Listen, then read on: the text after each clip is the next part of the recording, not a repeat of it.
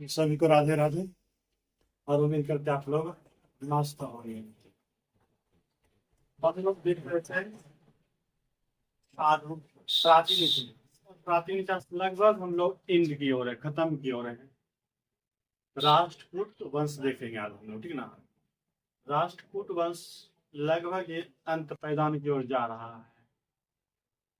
और उम्मीद करते हैं कि हम जो आपको आप तक पहुंचाना चाहते हैं वो आप तक पहुंच सके। चलिए देखते हैं राष्ट्रकूट वंश। राष्ट्रकूट वंश जो था इसके संस्थापक दंती दुर्ग, राष्ट्रकूट वंश के संस्थापक दंती दुर्ग थे। जो टाइम पीरियड होता है 752 ईस्वी होता है दंती दुर्ग का। और दंती दुर्ग ने अपनी राजधानी मान्यखेट, और वर्तमान में जो मान्यखेट है कर्नाटक के आसपास का इलाका, ये भी दक्षिण भारत का कर्नाटक है, मान्यखेट हो गया। ये जो दंती दुर्ग थे ये कर्नाटक के चालुक्य राजाओं के अधीन थे, दंती दुर्ग शासन प्रशासन की जानकारी चालुक्य वंश से लिया होगा, उसके अधीन थे, तो वहां सारी जानकारी लेकर ये आगे बढ़ते हैं। शुरुआत में ये दंती दुर्ग जो थे, राष्ट्रकूट वंश जो था चालुक्य राजाओं के अधीन था। और आप लोग नाम सुनेंगे एल्लोरा का प्रसिद्ध कैलाश मंदिर है। आप बताए थे मंदिर में जाओ, मंदिर शैली लिखा था, और मंदिर में आपको बताए हुए थे हम कि ये इस राजा ने बनाया था। वहां भी आप लोग को हम बताए एलोरा का जो प्रसिद्ध कैलाश मंदिर है ये राष्ट्रकूट वंशों ने बनवाया। यहाँ देखिए वही बात बहुत फिर से मिल गया है। एलोरा का प्रसिद्ध कैलाश मंदिर, एलोरा का प्रसिद्ध कैलाश मंदिर का निर्माण इन्होंने ही करवाया, राष्ट्रकूट वंश वाले। 757 ईस्वी, 757 में गरुड़ मुहर वाले अटोला और चारोली शिलालेख में राष्ट्रकूट के 4 पीढ़ी का वर्णन मिलता है। यानी गरुड़ मुहर वाला जो अभिलेख है अटोला और चारोली, इसमें राष्ट्रकूट के 4 वंशों का वर्णन मिलता है, यानी 4 वंश की जानकारी इसमें दिया हुआ है लिखित रूप से। हम लोग तो पढ़ेंगे 4 वंश के बारे में जानकारी ले, हम लोग पढ़ेंगे जो फेमस राजा राष्ट्रकूट वंश में जो प्रसिद्ध राजा हुए उनके बारे में हम लोग देखेंगे।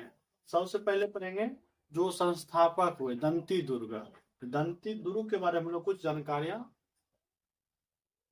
इकट्ठा करेंगे। देख जैसे दंती दुर्ग हम लोग जानते हैं राष्ट्रकूट वंश के संस्थापक के रूप में दंती दुर्ग को हम लोग जानते हैं। इसने अपनी राजधानी मान्यखेट जो कर्नाटक में अभी वर्तमान में है, वहां अपनी राजधानी को स्थापित किया। इसने चालुक्य वंश के अंतिम शासक कृतिवर्मन द्वितीय को हराया था। यानी देख यहाँ उससे पहले हम लोग पढ़े ये राष्ट्रकूट वंश वाले क्या थे, चालुक्य वंश के अधीन थे, चालुक्य राजाओं के अधीन थे। तो चालुक्य राजाओं जो अधीन थे, जब चालुक्य राजा क्या हुआ, अंतिम जो राजा हुआ कमजोर पड़ गया हुआ, इस सारी प्रशासन की जानकारी दंती दुर्ग को था। वहीं से क्या करते हैं उस राजा को, अंतिम राजा यानी उस जो हरा तो अंतिम हो गया, यानी अंतिम राजा कृतिवर्मन द्वितीय को हरा देते हैं। तब जाके क्या करते हैं ये दंती दुर्ग अपना एक अलग वंश राष्ट्रकूट वंश स्थापित करते हैं। यहां तक हम लोग देख लिए। इसने पृथ्वी बल्लभ तथा महाराजा धीराज, दंती दुर्ग जो थे इसने क्या किया है, महाराजा धीराज और पृथ्वी बल्लभ नामक 2 उपाधि धारण किया। दंती दुर्ग महाराज धीराज या दंती दुर्ग पृथ्वी बल्लभ, यानी अपने नाम के आगे ये टाइटल जोड़ लिए। यहां तक हम लोग देख लिए दंती दुर्ग के बारे में।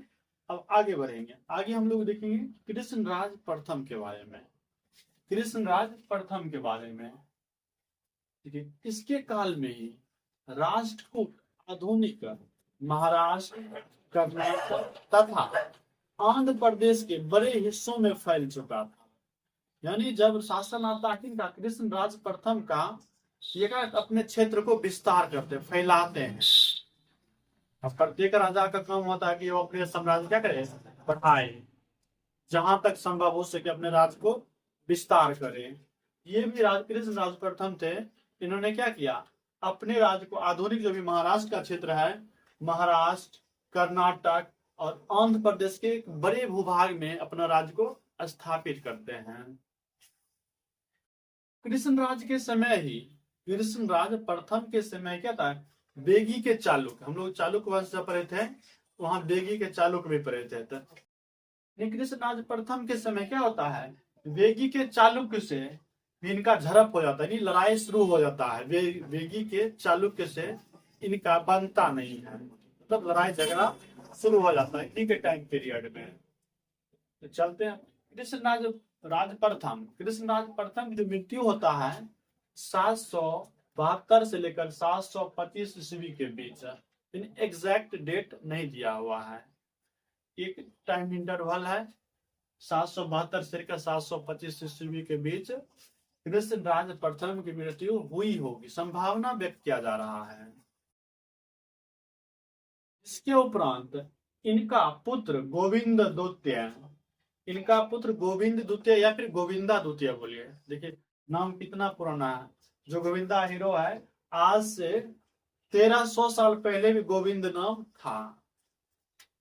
गोविंदा बोलिए चाहे गोविंद बोलिए, ठीक है। गोविंदा द्वितीय सिंहासन पर बैठता है जब कृष्ण राज प्रथम की मृत्यु हो जाती है। अब हम लोग कुछ बातें देखेंगे, गोविंदा द्वितीय बोलिए चाहे गोविंद द्वितीय बोलिए, ठीक ना, दोनों सेम ही है। तो गोविंद द्वितीय बोलिए या गोविंदा। इसके काल में, गोविंदा द्वितीय के काल में क्या होता है, भाइयों के बीच क्या गृह युद्ध हो जाता है, यानी एक भाई चाहता कि राजा हम बने, दूसरा भाई चाहता राजा हम बने, फिर तीसरा चाहता राजा हम बने। दो भाइयों के बीच लड़ाई होता है, एक दूसरे का क्या कहता है, जमीन हड़पने लगता है। यहीं से शुरू हुआ भाइयों के बीच लड़ाई, ठीक। इनके छोटे भाई ध्रुव, इनके छोटे जो भाई थे गोविंदा के जो छोटे भाई थे ध्रुव, ध्रुव ने क्या किया, खानदेश और नासिक हेतु युद्ध आरंभ कर दिया। अब देखिए कमजोर होगा तब तो छीन लेता, ये वो भी उसका भाई क्या था, शक्तिशाली था, जिसका क्या था, युद्ध करना पड़ा। अभी वही होता है, और भाई कमजोर पड़ जाता है, दूसरे का जमीन हड़प लिया जाता है। सेम प्रोसेस यहाँ भी है। तो क्या युद्ध आरंभ हो गया दो भाइयों के बीच। गृह युद्ध के में ही गोविंद द्वितीय क्या था, पतन हो जाता है, यानी घर के घरेलू झगड़ा के कारण क्या होता है, इसका राज्य समाप्त हो जाता है। और ये इनका कहानी फिनिश निकल लेते हैं। तो यहाँ तक हम लोग आज राष्ट्रकूट वंश के बारे में देख लिए, और उम्मीद करते हैं कि यहाँ जो भी जानकारी आप लोगों को दिए हैं कुछ आपके नोट से अलग होगा, और उम्मीद करते हैं कि आप लोग पसंद आया होगा। चलिए सभी का धन्यवाद, नमस्कार, और आप लोग देखते रहिए।